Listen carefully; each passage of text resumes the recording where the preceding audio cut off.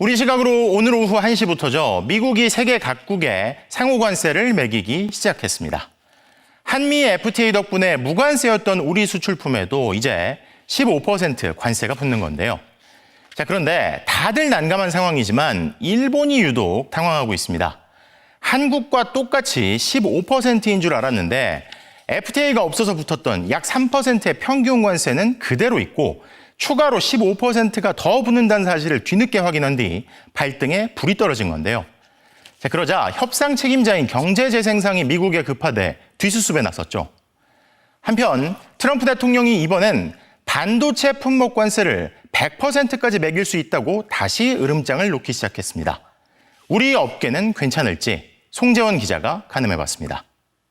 팀 쿡 애플 최고 경영자로부터 1,000억 달러 투자 계획을 들은 직후 트럼프 미국 대통령이 돌연 반도체 품목 관세 폭탄을 예고했습니다. 100% tariff on all chips and semiconductors coming into the United States. 관세를 볼모로 한 투자 요구도 이어졌습니다. But if you've made a commitment to build or if you're in the process of building as many are, there is no tariff. 삼성전자나 SK 하이닉스 반도체가 100% 관세를 맞을 가능성은 거의 없습니다. 우리는 이미 반도체에 대한 최혜국 대우를 약속받았고 두 회사는 미국에 공장이 있거나 건설 중입니다. 15%로 최혜국 세율이 정해진다라 그러면 이제 우리도 15%를 받는 거죠. 앞으로 뭐 100%가 되든 200%가 되건 상관없이. 복잡한 반도체 공급망은 변수입니다. 우리나라에서 직접 미국으로 건너간 반도체는 7.5%, 대부분 아시아 지역에서 조립 포장한 뒤 수출되는데 최종 생산국에 높은 관세가 부과될 수도 있습니다. 대만에서 그게 어떤 패키징 형태로 미국에 공급이 되는데 대만산이라고 간주가 되면은 거기에 따른 관세율이 부과될 수 있기 때문에 반도체 파생 상품인 스마트폰의 경우 제품에 100% 관세를 부과할지 반도체 함량만 따질지 불확실합니다. 각 국가별 관세도 변수인데 베트남산, 인도산 삼성 갤럭시, 대만산 애플 아이폰의 관세가 생산국에 따라 달라질 수도 있습니다. 트럼프 대통령은 다음 주 반도체와 바이오 품목 관세 발표를 예고한 상태입니다. MBC 뉴스 송재원입니다. 미국이 새로운 상호 관세 조치를 발효한 가운데 일본이 당초 알려진 바와 달리 최대 15%의 관세율을 적용받는 게 아니라 기존 관세에 15%의 추가 관세를 물게 된 걸로 드러났습니다. 미국 정부는 현지 시간 5일 기존 세율과 상호 관세율을 합쳐 최대 15%의 세율을 적용받는 특례 대상을 오직 EU만으로 지정하는 내용의 관보를 공개했습니다. 이렇게 되면 EU는 미국에 자동차를 수출할 때 최대 15%의 관세를 물게 되지만 일본의 경우 기존 관세 2.5%에 추가 상호 관세 15%를 더해 총 17.5%가 부과됩니다. 일본 정부는 그간 EU는 물론 미국과 무관세 상태였던 한국과도 동등한 수준의 합의를 이끌어냈다고 자평해왔는데 이 같은 사실이 드러나면서 발칵 뒤집혔습니다. 워싱턴으로 급파된 아자카와 료세이 경제재생상은 미국 측 강요에게 들은 설명과 다른 내용이 되어 있다며 당혹감을 감추지 못했습니다. 미국이 합의 내용을 뒤집었다는 취지의 발언으로 보이는데 일본 언론들은 애초에 합의 내용을 정확하게 명문화하지 않아 벌어진 참사가 아니냐고 비판하고 있습니다. 우리의 경우는 미국과의 FTA로 무관세 분야가 많았기 때문에 일본처럼 추가 15%의 상호 관세를 물게 되더라도 상대적으로 비교 우위를 가지게 됐다는 평가가 나옵니다. 예를 들면 요새 미국에서 김이 유행이거든요. 근데 김이 지금 미국 관세가 4%입니다.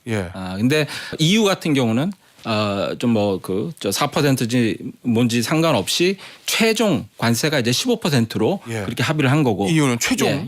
일본도 이제 그거라고 생각을 했는데 지금 알고 보니까 4 플러스 15 해가지고 19%가 적용이 되는 거고 우리나라의 경우에는 한미 FTA로 이미 모든 관세가 제로이기 때문에 우리는 0 플러스 15해서 그냥 15%가 되는 겁니다. 당초 일본이 15%인 만큼 우리는 12.5%로 합의해 왔어야 한다며 정부를 비판해온 국민의힘에선 우리도 방심해선 안 된다는 반응이 여전히 나왔습니다. 지금 미국하고 합의한 게 상당 부분이 다 그냥 구두로 된 것이고 그다음에 또 뭐 비망록이 있다고 그래서 얘기한 걸 보면 합의된 비망록이 아니라 그냥 우리가 이해하는 건 이런 거다고 미국 측에 던져줬다는 거예요. 메모 같은 거예요. 한편 트럼프 대통령은 반도체의 경우 100% 품목 관세를 부과하겠다고 밝혔습니다. 한국은 반도체 최혜국 대우를 약속받긴 했지만 자동차와 일반 기계에 이어 세 번째로 큰 대미 수출 품목인 만큼 관련 업계에 상당한 타격이 예상됩니다. 미국과의 관세 협상이 전격 타결된 가운데 타결 전후로 국민의힘의 달라진 입장이 논란을 일으키고 있습니다. 국민의힘은 어제까지만 해도 우리 정부가 관세 협상에서 15%를 지켜야 한다고 강조했습니다. 이미 일본이 15%로 합의를 했고 EU가 15%로 합의를 했습니다. 15% 관세율로 합의를 하면서 대미 투자를 굉장히 많이 하는 것으로 이미 합의가 돼 있기 때문에 우리도 15%를 지키지 못한다면 그 협상이 굉장히 잘못된 협상 결과라고 국민들께서 받아들일 가능성이 많습니다. 협상 성패를 가릴 기준으로 15%를 제시했던 겁니다. 팽팽한 협상 끝에 한미 간 최종 관세는 종전 미국이 밝혔던 25%에서 15%로 낮춰졌습니다. 그런데 막상 타결 소식이 전해지자 국민의힘의 입장이 미묘하게 달라집니다. 미국과 FTA를 통해서 우리나라는 자동차는 관세율이 제로였습니다. 일본은 2%를 적용받고 있었습니다. 동일하게 15%의 관세율이 적용되면 상대적으로 일본 차의 경쟁력이 더 커지는 점이 우려가 됩니다.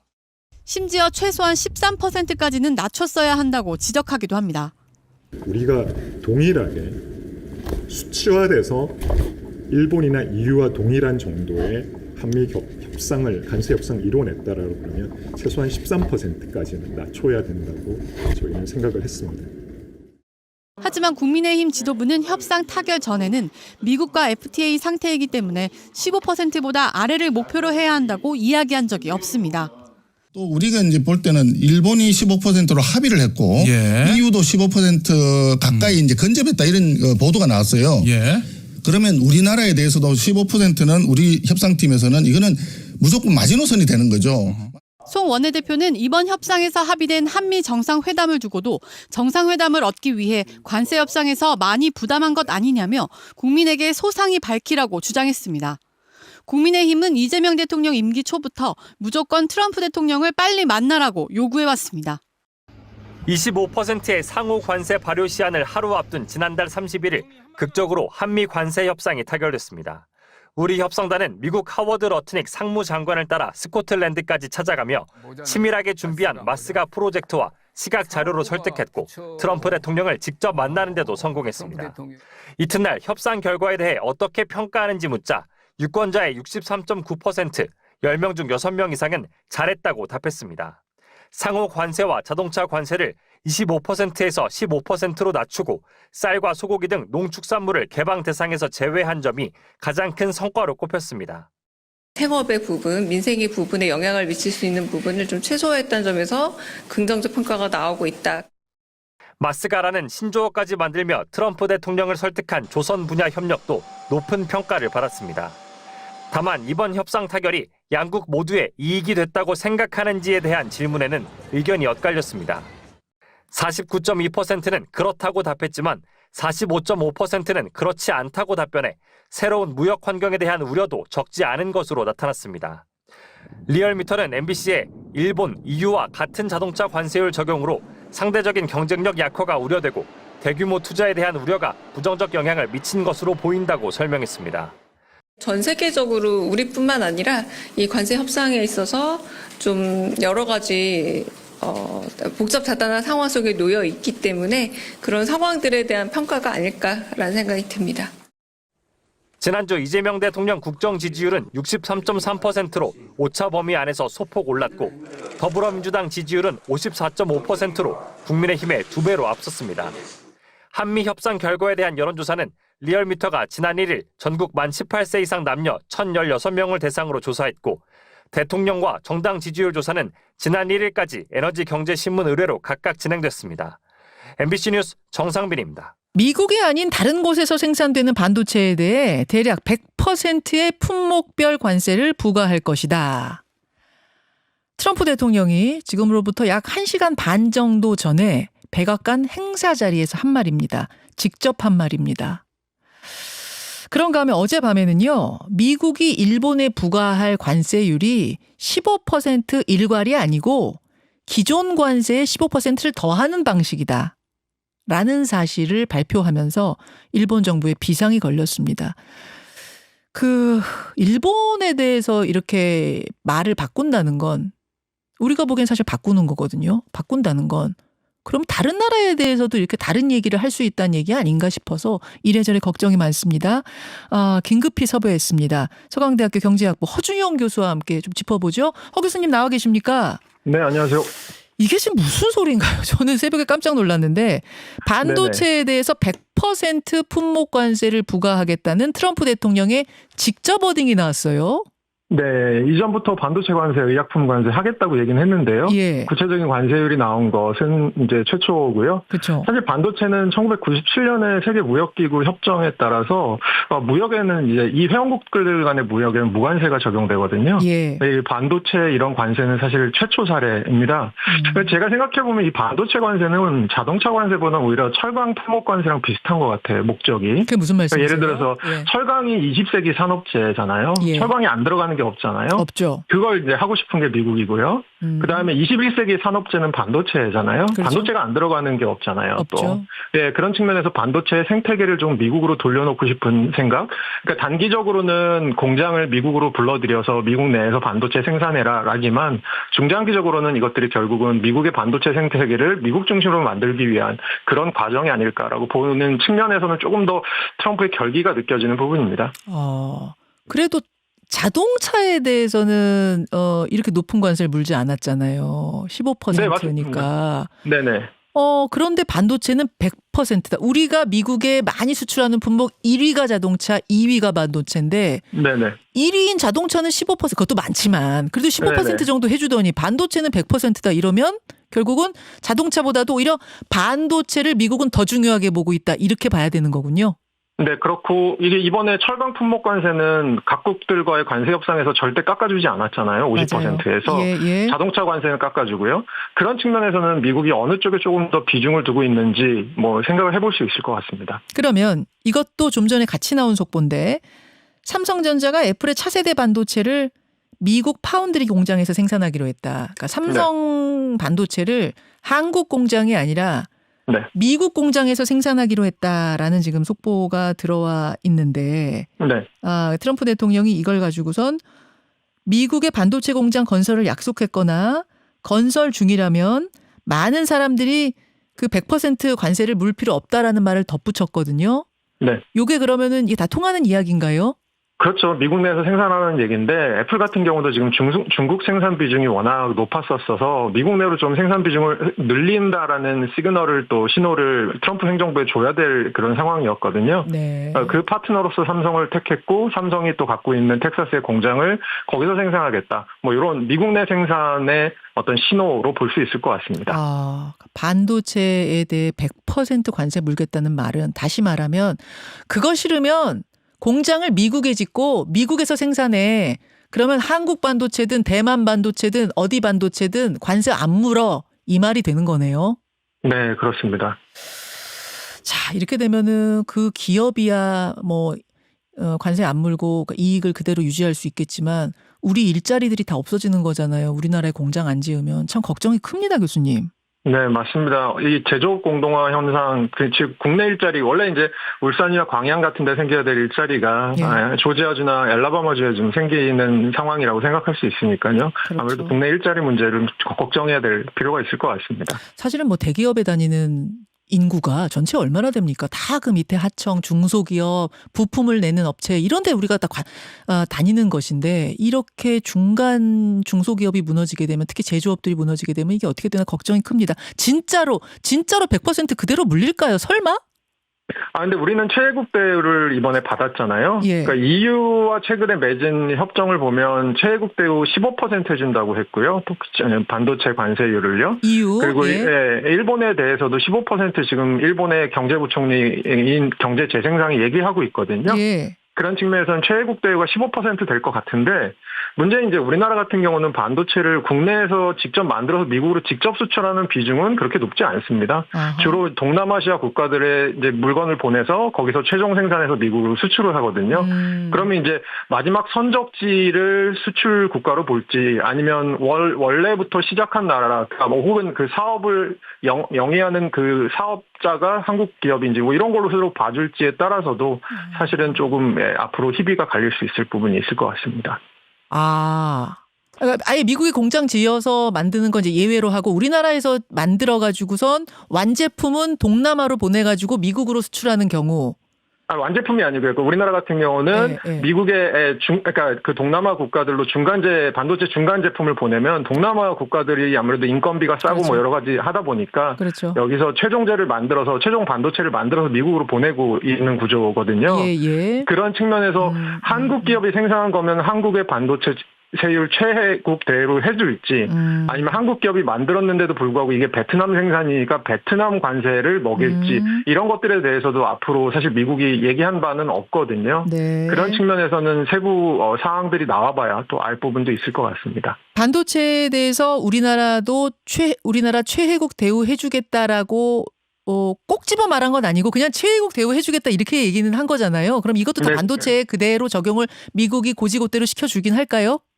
아마 최혜국 대우를 시켜줄 가능성이, 그러니까 EU랑 일본, 한국 시켜줄 가능성이 큰데, 방금 전에 말씀드린 것은 그 최혜국 대우를 받는 것의 영향이 어느 정도 될지는 앞으로 또 세부 조율사항에, 그러니까 최종 생산지로 볼지, 아니면 생산자의 국가로 볼지, 이것에 따라서 좀 달라질 수 있다 정도로 생각하시면 될 것 같습니다. 최혜국 대우. 최소한 이 정도는 다른 나라만큼은 해줘. 그거보다 미치진 않게 해주겠어라는 최혜국 대우를 제대로 지켜줘야 될 텐데 제가 좀 걱정하는 건 일본을 보니까 말이 바뀌었어요.